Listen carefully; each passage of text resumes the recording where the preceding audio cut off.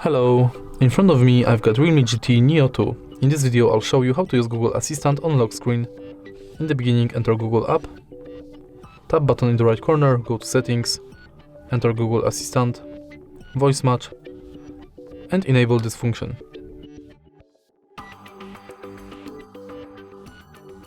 OK Google. OK Google.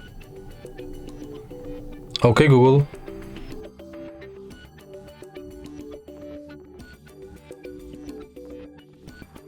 Now go back, enter lock screen and also make sure that this function is enabled.